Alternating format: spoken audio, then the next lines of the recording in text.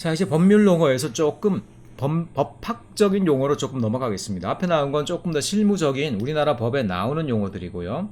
자, 여기 조금 더 나아가서 법률 용어 중에서, 법률 이론 용어 중에서 우리가 국토도시계획을 이해할 때, 건축법을 이해할 때 조금 그 배경으로서 깔고 있어야 되는 그런 어떤 용어들에 대해서 좀 설명을 드리겠습니다. 자, 밑에 것부터 먼저 좀 설명을 드리고 싶은데요. 토지 이용에 대한 두 가지 법적 관점이라는 게 있어요. 두 가지 법적 관점. 그래서 이제 건축 자유의 원칙이다, 건축 부자유의 원칙이다라고 그러는데, 여러분 토지 이용이나 건물에 대한 어떤 규제나 이런 것들도 그 나라의 법 체계, 법 철학하고 굉장히 많은 관련을 맺습니다. 그렇죠? 심지어 어떤 나라 같은 경우는 모든 개발권은 국가에게 있는 나라도 있잖아요. 그런가 하면 미국 같은 경우는 어떻게 돼요? 개인이 그냥 금광을 개발하고 서부로 개척하고 막 도시를 만들고 나가면 국가는 막 철도만 나와주면서 그래 너네들 빨리 해 잘해. 그리고 민간에게 개발권을 상당히 이양해주고 자유롭게 맡기는 나라들도 있죠. 그러니까 굉장히 큰 차이가 있어요. 그렇기 때문에 이런 토지 이용을 하는 것들 그리고 건축물을 규제하는 것들 그런 것들은 단순히 건축과 도시에만 관련된 게 아니라 그 나라의 법 철학, 법 체계랑 깊이 연결된다는 거야. 자, 그런 측면에서 건축 자유의 원칙과 건축 부자유의 원칙이라는 거는 뭐냐? 아까도 얘기했지만 건축물도 일종의 표현의 자유의 영역에 해당하는 거거든요.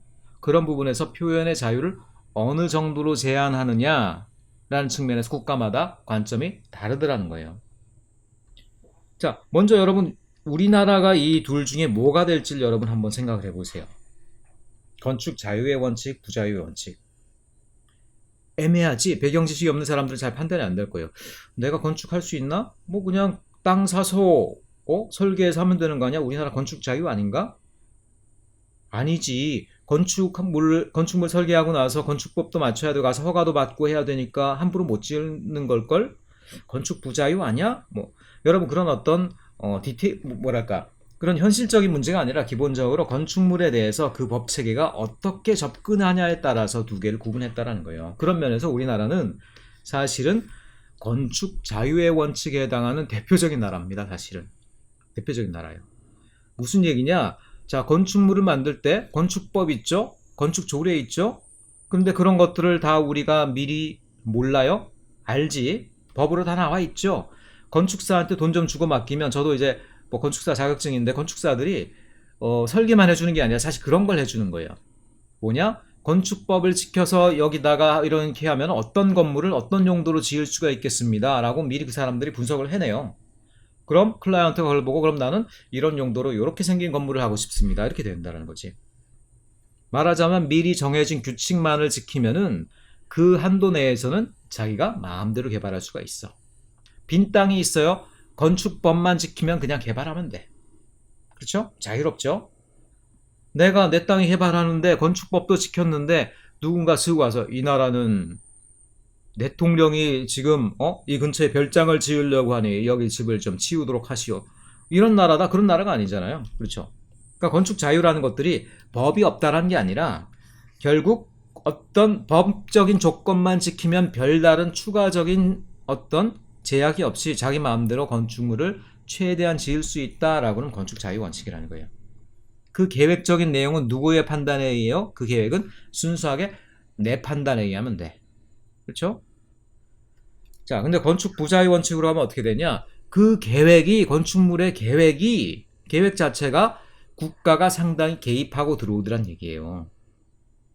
이건 여러분 유럽을 가보시면 알 수 있어. 유럽 예를 들어서 특별히 독일 같은 경우가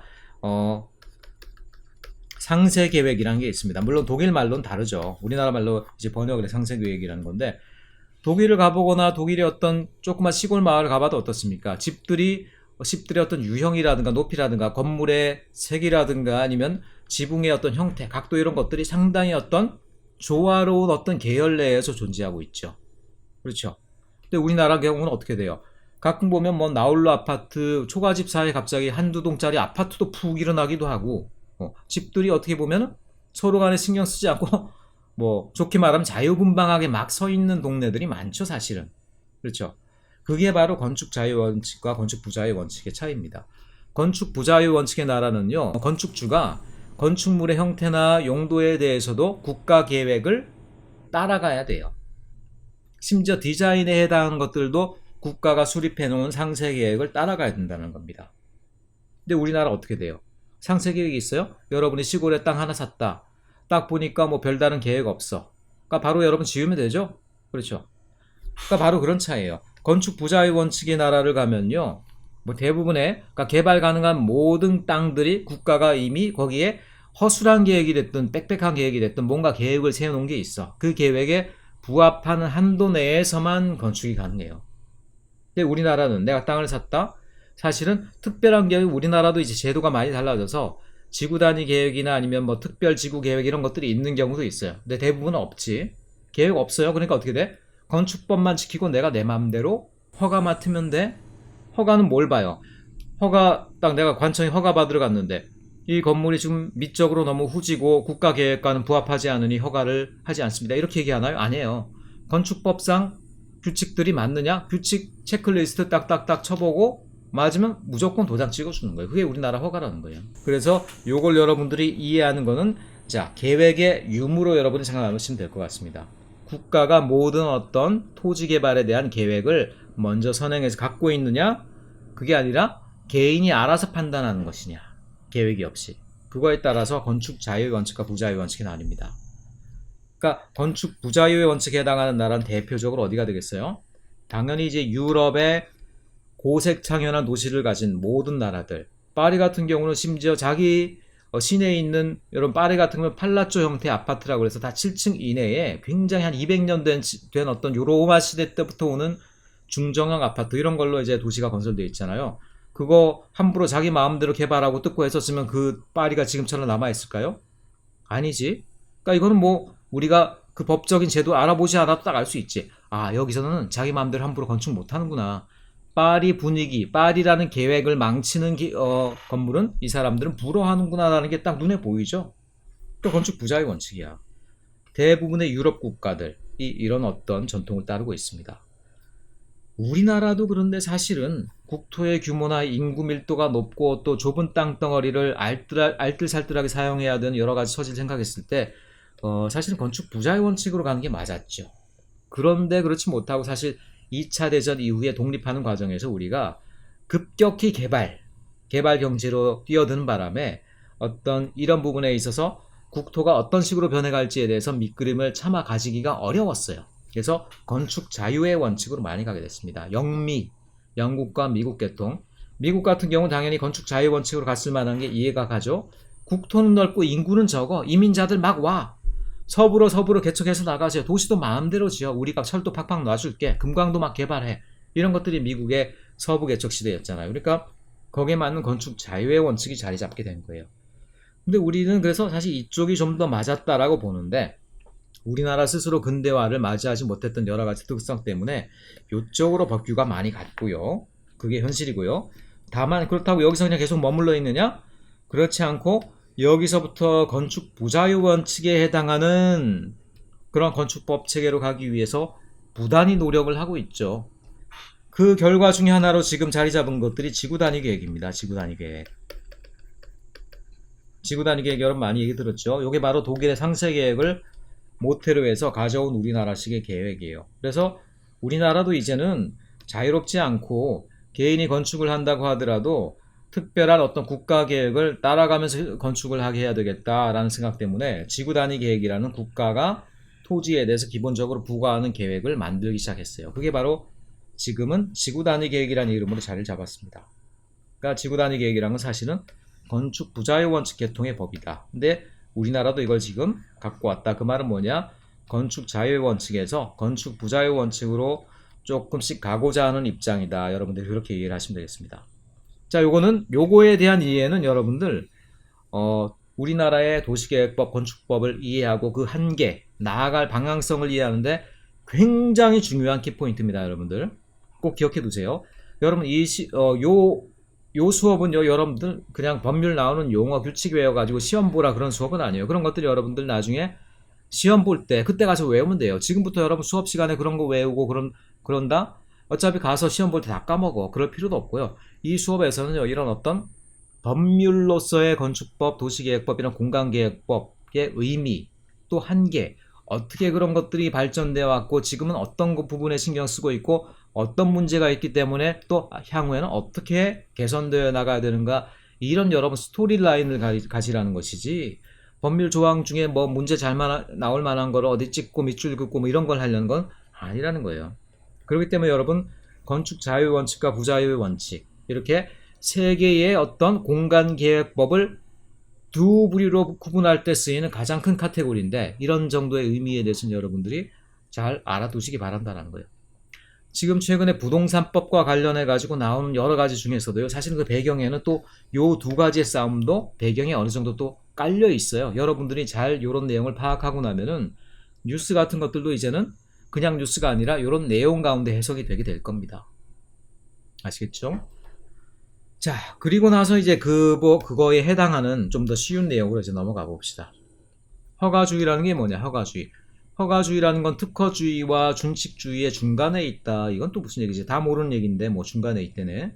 자, 특허주의란 중칙주의를 여러분들이 좀 알아야 되는데, 그게 바로 건축 자유의 원칙과 건축 부자의 원칙에서 나오는 건물이나 아니면 공간 계획을 허용하거나 허용하지 않을 때 어떤 방식으로 하느냐에 따라서 특허주의란 준칙주의가 나뉘어요. 자, 한번 여러분 연결시켜 봅시다. 그럼 건축 부자의 원칙이면은 특허주의로 갈까 준칙주의로 갈까? 어디로 갈 것 같아? 건축 부자의 원칙. 특허주의, 준칙주의 뭘까? 여러분 건축 부자의 원칙은 뭐라고 그랬어요? 기본적으로 내가 법규만 지킨다고 내 마음대로 건물을 지을 수 있는 게 아니라 국가가 내게 요구하는 계획이 있다라고 그랬죠. 그 건물의 용도나 질, 디자인까지도 관련한다라고 그랬죠. 그 말은 뭐냐면은 자, 준칙주의라는 거 이런 느낌이 있어요. 규칙만 지키면 된 이런 의미가 있죠. 규칙만 지키면 나머진 다 네 자유야. 이런 느낌이 있죠. 근데 특허라는 건 뭐예요? 특별히 허용을 받아야만 된다. 이런 느낌이 있죠. 그럼 뭐가 건축 부자의 원칙에 맞겠어요? 요게 맞겠죠, 요게. 건축 부자의 원칙은 뭐냐? 건축법 규칙만 딱 지켜서 건물 지었어. 오케이가 아니라 자, 그렇다고 하더라도 도면 갖고 와. 투시도 갖고 와봐. 제대로 지었어? 뒤에 건물에 영향 없어? 건물이 이 동네 마을 분위기랑 너무 어울리지 않는 거 아니야? 왜 너는 평지붕으로 했어? 이 마을은 다 합각지붕인데. 이거 곤란한데? 디자인 바꿔야 되겠는데? 자, 특별히 허가를 해주는 그런 입장에서 건물을 관리하겠죠. 공간 환경을 관리하겠죠. 그렇기 때문에 건축 부자의 원칙은 특허주의랑 연결됩니다. 그런가 하면 건축 자유의 원칙은 당연히 준칙주의랑 연결돼요. 그렇겠죠? 준칙주의. 규칙만 지키면 나머지 네가 알아서. 건축법에 나와 있는 여러분 건축법을 나중에 배우시겠지만 건축법에서 아름다운 건물을 만드는 법이에요. 건축법이. 편리한 건물을 만드는 법이에요. 물론 그런 부분이 전혀 없다고 할 수도 있지만 건축법은요. 차가운 숫자의 세계예요. 네 건물이 최소한 망하지 않으려면 무너지지 않으려면 최소한 다른 건물에 피해주지 않으려면 요 정도는 최소한 해야 돼. 그런 최소한의 규칙을 얘기하는 거라는 거야. 최소한의 규칙만 지키면 나머지 거는 내가 마음대로 할 수 있죠. 그렇죠. 그게 건축 자유 원칙이에요. 그러니까 준칙주의입니다. 규칙만 지키면 돼? 아니야. 규칙 지키고 나서도 특별히 그 질에 대해서도 내가 한번 들여다봐야 되겠어. 그게 특허주의. 그래서 허가주의라는 건 그 사이에 애매하게 껴있다 뭐 이런 얘기가 되겠죠. 그래서 어떤 나라건 완전한 준칙주의, 완전한 특허주의는 어떻게 보면 없어요. 요 양단 사이에서 껴있는 정도인데 우리나라 같은 경우는 건축 자유의 원칙 그리고 준칙주의에 가깝지만 어쨌든 이 허가주의란 측면도 어느 정도 있다라는 것이죠. 그래서 요 사이에 준칙주의에 가깝지만 요 사이 어딘가 허가주의로 우리나라의 법규들이 좀 자리 잡고 있는 게 아니냐 이렇게 해석할 수가 있어요. 어쨌든 준칙주의와 특허주의의 의미에 대해서 여러분들이 그렇게 파악을 해두시면 되겠고 그걸 건축 자유, 부자유 원칙과 연결시켜서 여러분들이 이해를 해두시면 되겠습니다. 자, 여기서는 국토도시계획법과 관련된 여러 계획이 실제로 수립되는 과정에서 이 법률 용어들이 어떤 식으로 적용되는가 대표적으로 쓰이는 법률 용어를 간단하게만 좀 더 뭐 복잡한 과정이 있습니다만 간단하게만 여기다 이제 나열을 해 놓은 것들이 되겠어요.